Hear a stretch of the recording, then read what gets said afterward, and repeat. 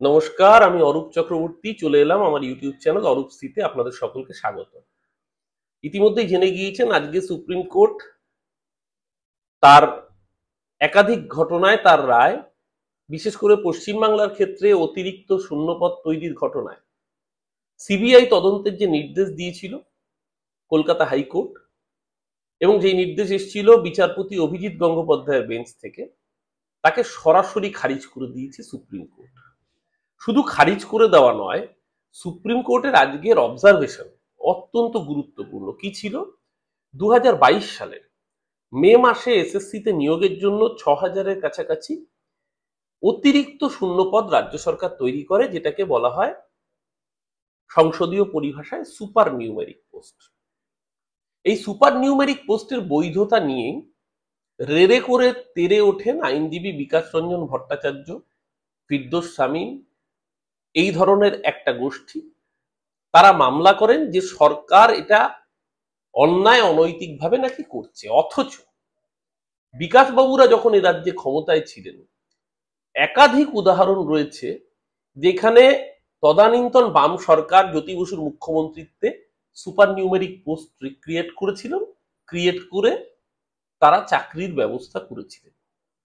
তামিলনাড়ুর ক্ষেত্রে ভারতবর্ষের মধ্যে একাধিক ইনসিডেন্ট রয়েছে, এবং সবচেয়ে বেশি ইনসিডেন্ট সম্ভবত যেখানে সুপার নিউমেরিক পোস্ট ক্রিয়েট করে চাকরির ব্যবস্থা সরকার করেছিল, কারণ সরকার তার বৈধতা অনুযায়ী আইনের মধ্যে সেটা নির্দিষ্ট ক্যাবিনেট সিদ্ধান্ত নিয়ে করতে পারে। আজকে সুপ্রিম কোর্টের অবজারভেশন খুব ইন্টারেস্টিং। সুপ্রিম কোর্ট প্রথমে জানালেন যে একটা নির্বাচিত মন্ত্রিসভা headed by the chief minister, সেই মন্ত্রিসভার ক্যাবিনেটের সব সিদ্ধান্তকে চ্যালেঞ্জ জানানো যায় না, জুডিশিয়ারি এটা করতে পারে না, এটা তার এখতিয়ার বহির্ভূত কাজ। ভেবে দেখুন, সুপ্রিম কোর্ট হাইকোর্টকে পরিষ্কার করে বলছে যে রাজ্যের সব সিদ্ধান্তকে, বিশেষ করে নির্বাচিত সরকার, তার নির্বাচিত মুখ্যমন্ত্রী এবং ক্যাবিনেট যদি কোনো সিদ্ধান্ত নেয় সেই সিদ্ধান্তকে সবসময় চ্যালেঞ্জ করা যায় না। অতিরিক্ত শূন্যপদের ক্ষেত্রে যে সিবিআই তদন্তের নির্দেশ দিয়েছিলেন জাস্টিস হাইকোর্টের সেই সময় অভিজিৎ গাঙ্গুলি, সমস্ত সিবিআই তদন্তের নির্দেশ খারিজ করে দিলেন সুপ্রিম কোর্ট। অ্যাডিশনালি বললেন যে কেন সিবিআই তদন্ত, সিবিআই তদন্তের তো দাবি ওঠেনি ক্ষেত্রে, তাহলে কেন আগ বাড়িয়ে সিবিআই কে তদন্তে এখানে নির্দেশ দেওয়া হয়েছিল। অর্থাৎ হাইকোর্টের রায় সম্পর্কে প্রশ্ন তুলে দিল আজকে সুপ্রিম কোর্টের রায়। এবং ফাইনালি যেটা জানালেন সুপ্রিম কোর্ট, অতিরিক্ত শূন্যপদ নিয়ে কোনো প্রকার নিয়ম লঙ্ঘন করা হয়নি। অর্থাৎ রাজ্য মন্ত্রিসভা যে সিদ্ধান্ত নিয়ে রাজ্যপালের কাছে সুপার নিউমেরিক পোস্টের জন্য বিলটাকে পেশ করেছিল সেটার মধ্যে কোনো রকম অনিয়ম বা অস্বচ্ছতা হয়নি। এবং ইন্টারেস্টিংলি, দুদিন আগে যারা সুপ্রিম কোর্টের জাস্টিস সঞ্জীব খান্নার সম্পর্কে ভূয়সী প্রশংসায় ভরিয়ে দিচ্ছিলেন, কারণ তাদের পছন্দ মতো রায় এসেছিল, আমরা বারবার করে বলেছিলাম যে 6276 জন সিবিআই দেওয়া তথ্য অনুযায়ী যারা অন্যায় করেছেন, তাদের কেউ ওএমআর শিট কারচুপি করেছেন, কারুর র্যাঙ্ক জাম্প হয়েছে, কারুর ক্ষেত্রে সাদা খাতা জমা দিয়েছেন, এই ধরনের দুর্নীতি যাদের প্রমাণিত সিবিআই রিপোর্ট দিয়েছে। এবং এই যে 6276 সংখ্যাটা, এই সংখ্যাটা তো সিবিআই সিলবন্ধ খামে রিপোর্ট দিয়েছিল সুপ্রিম কোর্টে। তাহলে এই কজন যদি দুর্নীতি করেছে ধরে নেওয়া যায়, বাকিরা দুর্নীতি করেনি, কারণ সেক্ষেত্রে সিবিআই কোনো রিপোর্ট দেয়নি। তাহলে সেই 19,476 এই শিক্ষকরা যারা নিজের যোগ্যতায় চাকরি পেয়েছেন, তাদের কেন চাকরি খারিজ হবে, তাদের পরিবারকে কেন সর্বশান্ত হতে হবে, এটা আমরা বলেছিলাম। সেদিনকে উল্লাস প্রকাশ করেছিল বিকাশ রঞ্জন ভট্টাচার্য, ফিরদৌস শামীম বাহিনী, উল্লাস প্রকাশ করেছিল বাম এবং বিজেপি অভিজিৎ গাঙ্গুলি বাহিনী, যে 26,000 মানুষের পরিবারের চোখের জলের বিনিময়ে এই রাজনৈতিক প্রেতাত্মারা উচ্ছ্বাস প্রকাশ করেছিল। আজকে সেই অতৃপ্ত আত্মারাই এখন সেই বিচারপতি সঞ্জীব খান্নাকে তারা আক্রমণ করছেন চটি চাটা বিচারপতি বলে। রায় পছন্দ হলে বিচারপতি খুব ভালো, আর রায় পছন্দ না হলেই চটি চাটা। এই যে রাজনৈতিক বিচারিতা, এই রাজনৈতিক দ্বিচারিতা আজকে প্রকাশ্যে বেআব্রু হয়ে পড়েছে। এখন প্রত্যেকটা রাজনৈতিক নেতা, বাম বিজেপি, তারা নিজেদের মতো করে অঙ্কের গুটি সাজাচ্ছে। বিকাশ রঞ্জন ভট্টাচার্য তিনি নিজে পরিষ্কার করে বলেছেন যে পুরো প্যানেল বাতিল করতে হবে। আদালতে দাঁড়িয়ে একাধিকবার এই সওয়াল করেছেন যে কেন পুরো প্যানেল বাতিল হবে না। তার দলের নেতা সুজন চক্রবর্তী কিংবা তার দলের এসএফআই শাখা সংগঠন, তারা এখন যতই কুমিরের কান্না কাঁদুক, তার দলের রাজ্যসভার সাংসদ নেতা বিকাশ রঞ্জন ভট্টাচার্য আদালতে গিয়ে প্লি করেছে যাতে পুরো প্যানেল বাতিল হয়। আর এসএফআই এখন অন্য সুরে গান গাইলে হবে? এই অভিজিৎ গাঙ্গুলি এখন বড় বড় মসিহা সাজার চেষ্টা করছেন যে মুখ্যমন্ত্রী যদি বলেন আমি যোগ্য অযোগ্যের মধ্যে একটা তালিকা তৈরি করার চেষ্টা করার দায়িত্ব নিতে পারি, তুমি কে হরিদাস পাল? এই অভিজিৎ গাঙ্গুলি কি বলেছিল বিচারপতি থাকাকালীন? যে ঢাকি সহ বিসর্জন দেব। যে বিচারপতি থাকাকালীন ঢাকি সহ বিসর্জন দেব বলে স্লোগান দেয়, সে আজকে কুমিরের কান্না কাঁদলে মানুষ মেনে নেবে? 19,000 যারা যোগ্য শিক্ষক রয়েছেন তারা মেনে নেবেন তো? পুরোটাই পলিটিক্যালি মোটিভেটেড। দেখুন, যারা অন্যায় করেছে, দুর্নীতি করেছে, তাদের বাঁচানোর কোনো অভিপ্রায় আমাদের নেই। যে দুর্নীতি করেছে সে জেলের পিছনে থাক।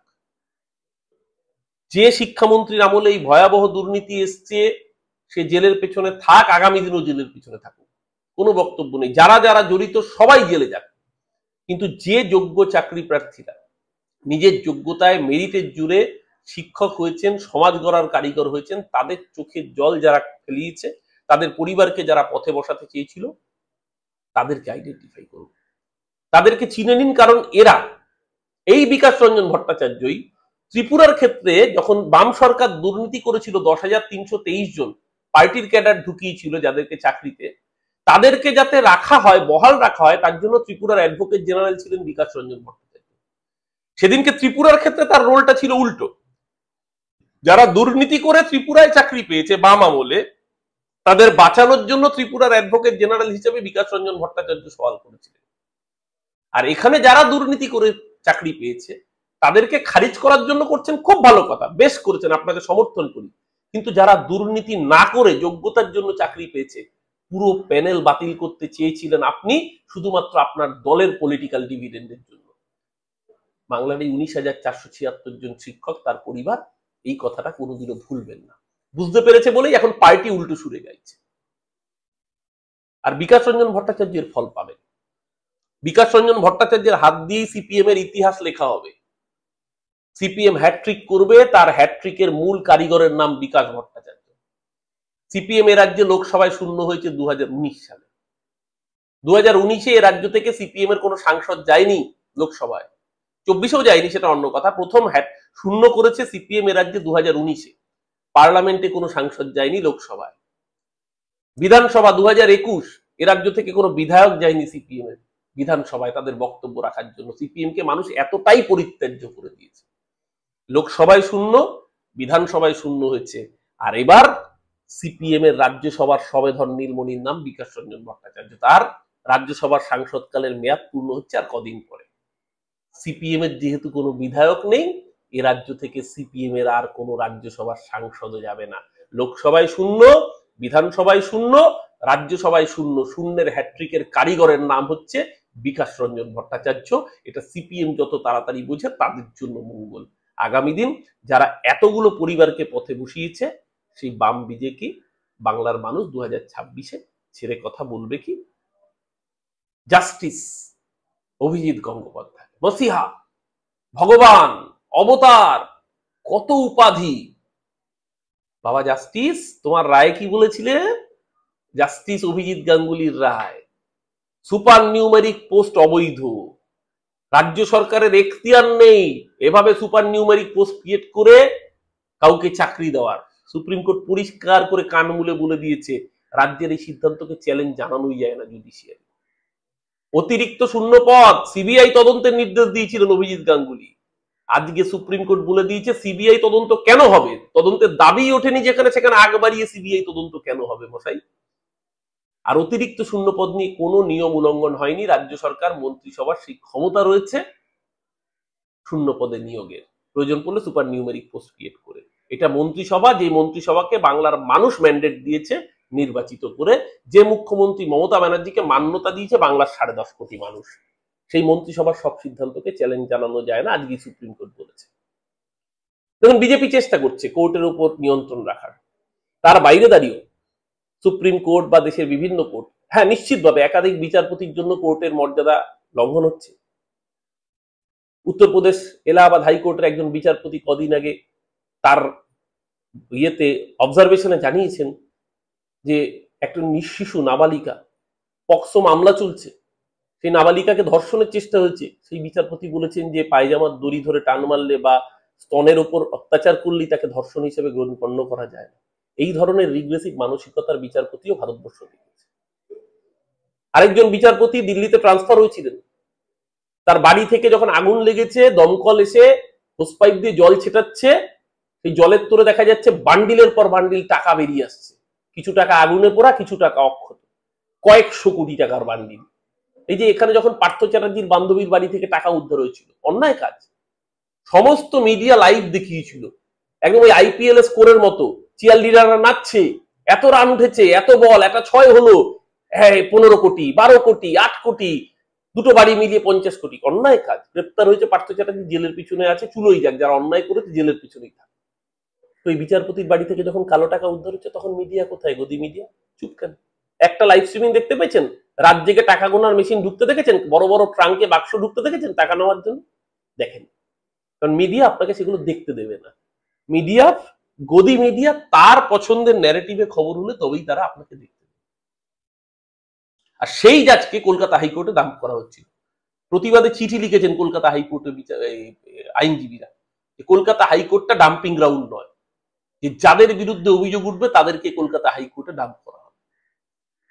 সামগ্রিকভাবে জুডিশিয়ারির বদনাম হচ্ছে এই কতিপয় লোকের জন্য। এই অভিজিৎ গাঙ্গুলি বিচারপতি থাকাকালীন উনি নিজে বলেছেন যে আমি বিজেপির সাথে যোগাযোগ রেখেছিলাম, আরএসএস এর সাথে যোগাযোগ রেখেছিলাম, এবং বিজেপি আরএসএস আমার সাথে যোগাযোগ রেখেছে। বিচারপতি থাকাকালীন উনি বলেছেন যার পায়ের তলায় বসে আইন শিখেছি, বিকাশ ভট্টাচার্যের কথা, সেই বিকাশ ভট্টাচার্য ওনার ইজলাসে এসে মামলা লড়ত, তাহলে সেই রায় কি আগে থেকে প্রিডিটারমাইন্ড রায় থাকতো না? আজকে তো সুপ্রিম কোর্টের এই নির্দেশের পরে পরিষ্কার হয়ে গেল যে রায়গুলো ছিল উদ্দেশ্য প্রণোদিত। এই রায় অভিজিৎ গাঙ্গুলি দিয়েছিলেন যাতে তার নিজের এমপি টিকিটটা কনফার্ম হয়, এবং সেই কাজ করেছিলেন বিনিময় তিনি এমপি টিকিট পেয়েছিলেন। আপনাদের মনে থাকবে তখন অভিজিৎ গাঙ্গুলি যাচ্ছিলেন হাইকোর্টে, তখনও তিনি সাংসদ পদ থেকে, এই জাজের পদ থেকে ইস্তফা দেননি, কুলিং অফ পিরিয়ড তো দূরের কথা। পূর্ব মেদিনীপুরের নেতা, রাজ্যে এলওপি শুভেন্দু অধিকারীর বাবার একটি অডিও কনভারসেশন ক্লিপ ফাঁস হয়েছে। সেই অডিও ক্লিপে শুভেন্দু অধিকারীর বাবা শিশির অধিকারীকে বলতে শোনা গিয়েছিল, আমরা তো জানি যে অভিজিৎ বাবু আমাদের এখানে প্রার্থী হচ্ছেন তমলুক থেকে। ভাবুন, একজন বিচারপতি তার সম্পর্কে লিডার অফ অপোজিশনের বাবা বলে দিচ্ছে যে তিনি তমলুক লোকসভা থেকে বিজেপির প্রার্থী, তাহলে সেই জাজের রায় নিরপেক্ষতা থাকে কোথায়? আজকে সুপ্রিম কোর্টের রায়ে এটাই প্রমাণিত হলো যে অভিজিৎ গাঙ্গুলির রায়গুলো পক্ষপাত দুষ্ট, বায়াসড এবং রাজনৈতিক উদ্দেশ্য প্রণোদিত ছিল। এর সাথে সাথে ধন্যবাদ সুপ্রিম কোর্টকে আরো একটি রায়, যেটি আমাদের রাজ্যের ক্ষেত্রে নয় তামিলনাড়ুর ক্ষেত্রে অত্যন্ত গুরুত্বপূর্ণ রায় দিয়েছেন। আপনারা জানেন যে রাজ্যপাল বিভিন্ন রাজ্যে বিজেপি বিরোধী রাজ্যগুলোতে কার্যত কেন্দ্রের দালাল হিসেবে কাজ করছে। রাজ্যপালের কাজ সংবিধানকে মান্যতা দেওয়া, সেটা না করে উনি বিজেপির পার্টি অফিসের নির্দেশকে মান্যতা দিচ্ছেন যে রাজ্যগুলোতে বিজেপি ক্ষমতায় নেই। কার্যত বিজেপির প্রেসিডেন্টের কাজ করছেন সেই রাজ্যগুলোতে বসে। তামিলনাড়ুর ক্ষেত্রে সুপ্রিম কোর্ট পরিষ্কার বলে দিয়েছে রাজ্যপালের কাছে যে বিল পাঠানো হচ্ছে সেগুলো অনির্দিষ্টকাল ফেলে রাখা হবে না। আমাদের রাজ্য তাই হয়েছে, একাধিক বিল রাজ্যপাল দিনের পর দিন ফেলে রেখেছেন, সই করছেন, এমনকি বিধায়কদের শপথ গ্রহণ পর্যন্ত নিয়ে জটিলতা কুড়িয়েছে। এই রায়, আজকে সুপ্রিম কোর্টের একাধিক রায় কোথাও একটু হলেও দেশের মানুষের মনে আশার সঞ্চার করেছে যে যুক্তরাষ্ট্রীয় কাঠামো, ভারতবর্ষের যে ফেডারেল স্ট্রাকচার, যেটা ভারতের গর্ব, বহুত্বের মধ্যে ঐক্য, সেই ফেডারেল স্ট্রাকচার রক্ষিত থাকবে। আপনাদের সকলকে বলবো যে আজকের এই রায়, এটা তৃণমূলের জয়, বিজেপির পরাজয়, বা সিপিএম এর বিপর্যয়, বা আগের দিন তৃণমূলের পরাজয়, সিপিএম বিজেপির যৌথ জয়, এরকম ভাবে দেখবেন বিষয়টা। এ রাজ্যের যারা যোগ্য চাকরি প্রার্থী, যারা যোগ্য শিক্ষক, বাকি যারা অযোগ্য তারা চুলোই যাক, আমার কিছু যায় আসে, কিন্তু যে 19,476 যারা সিবিআই এর দেওয়া নথি অনুযায়ী যাদের বিরুদ্ধে কোন রকম দুর্নীতির অভিযোগ পাওয়া যায়নি, যাদেরকে টেন্টেড নন টেন্টেড কোর্ট পর্যন্ত বলছে, তাদের চোখের জল যেন না পড়ে, তাদের পরিবার যেন সর্বশান্ত না হয়, সেটা দেখবার দায়িত্ব প্রত্যেক ভারতবাসীর, প্রত্যেক পশ্চিমবঙ্গের মানুষের। যদি এটা হয়, তাহলে আজকে হয়তো রাজনৈতিক কারণে সাময়িক উল্লাস করতে পারে, কিন্তু আগামী দিন সত্যি সত্যি ভয়ঙ্কর দিন আসতে চলেছে, শুধু আমাদের রাজ্যের জন্য নয়, দেশের জন্য। যারা সমাজ গড়ার কারিগর, তাদেরকে যদি চোখের জল ফেলতে হয়, তাহলে পরবর্তী প্রজন্ম তারা কি তৈরি হবে সেটা যদি আজকে অনুধাবন করতে না পারেন, তাহলে আগামী দিন সত্যি সত্যি আমাদের কপালে দুঃখ আছে। আর এই রায়ও তো অদ্ভুত। রায়ের সমালোচনা নিশ্চয়ই করা যায়, রাজ্য সরকার রিভিউ পিটিশন চাইছে। নিট পরীক্ষা, সর্বভারতীয় স্তরে ডাক্তারির এন্ট্রান্স, প্রশ্নপত্র ফাঁস হচ্ছে টেলিগ্রামে, 15 লক্ষ থেকে 40 লক্ষ টাকা দাম উঠছে প্রশ্নপত্র, আর তার সাথে উত্তর পর্যন্ত দিয়ে দেওয়া হচ্ছে।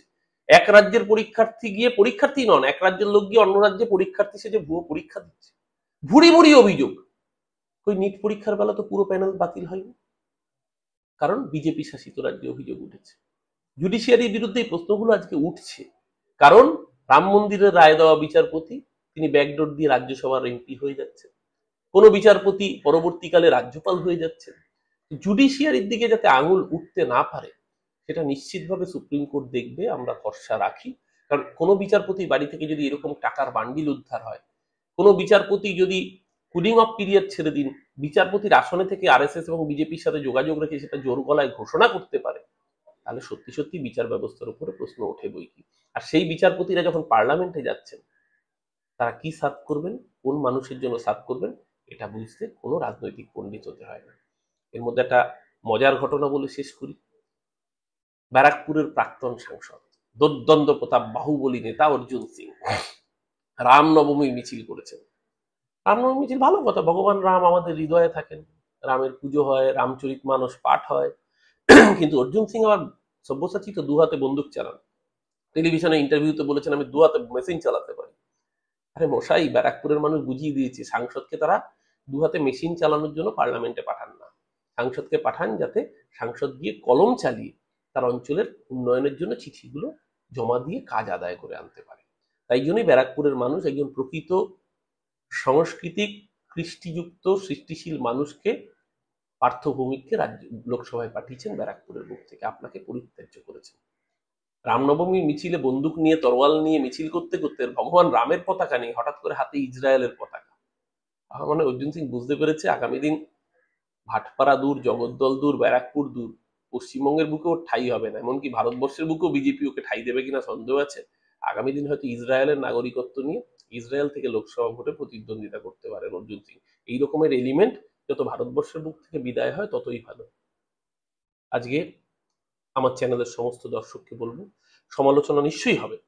সরকার ভুল করলে, সরকারের অন্যায় থাকলে তার সমালোচনা নিশ্চয়ই হবে, কিন্তু যারা দোষ করেনি, যারা কোনো অন্যায় করেনি, সেই 19,476 জন চাকরিরত যুবক যুবতী, তাদের চোখের জলের বিনিময়ে যারা পলিটিক্যাল ডিভিডেন্ড কুড়োতে চেয়েছে, তারা তার থেকেও বড় অপরাধী। তাদেরকেও বাংলার মানুষ ক্ষমা করবে কিনা এই উত্তর তো 2026-এর বিধানসভা নির্বাচন দেবেই। ততদিন পর্যন্ত আপনাদের মতামত জানবার অপেক্ষায় রইলাম। যদি ভিডিওটি কন্টেন্টের সাথে সহমত হন, অবশ্যই লাইক শেয়ার করবেন, আর চ্যানেলটিকে বন্ধুদের বলবেন সাবস্ক্রাইব করে দিতে। নমস্কার, শুভ সন্ধ্যা।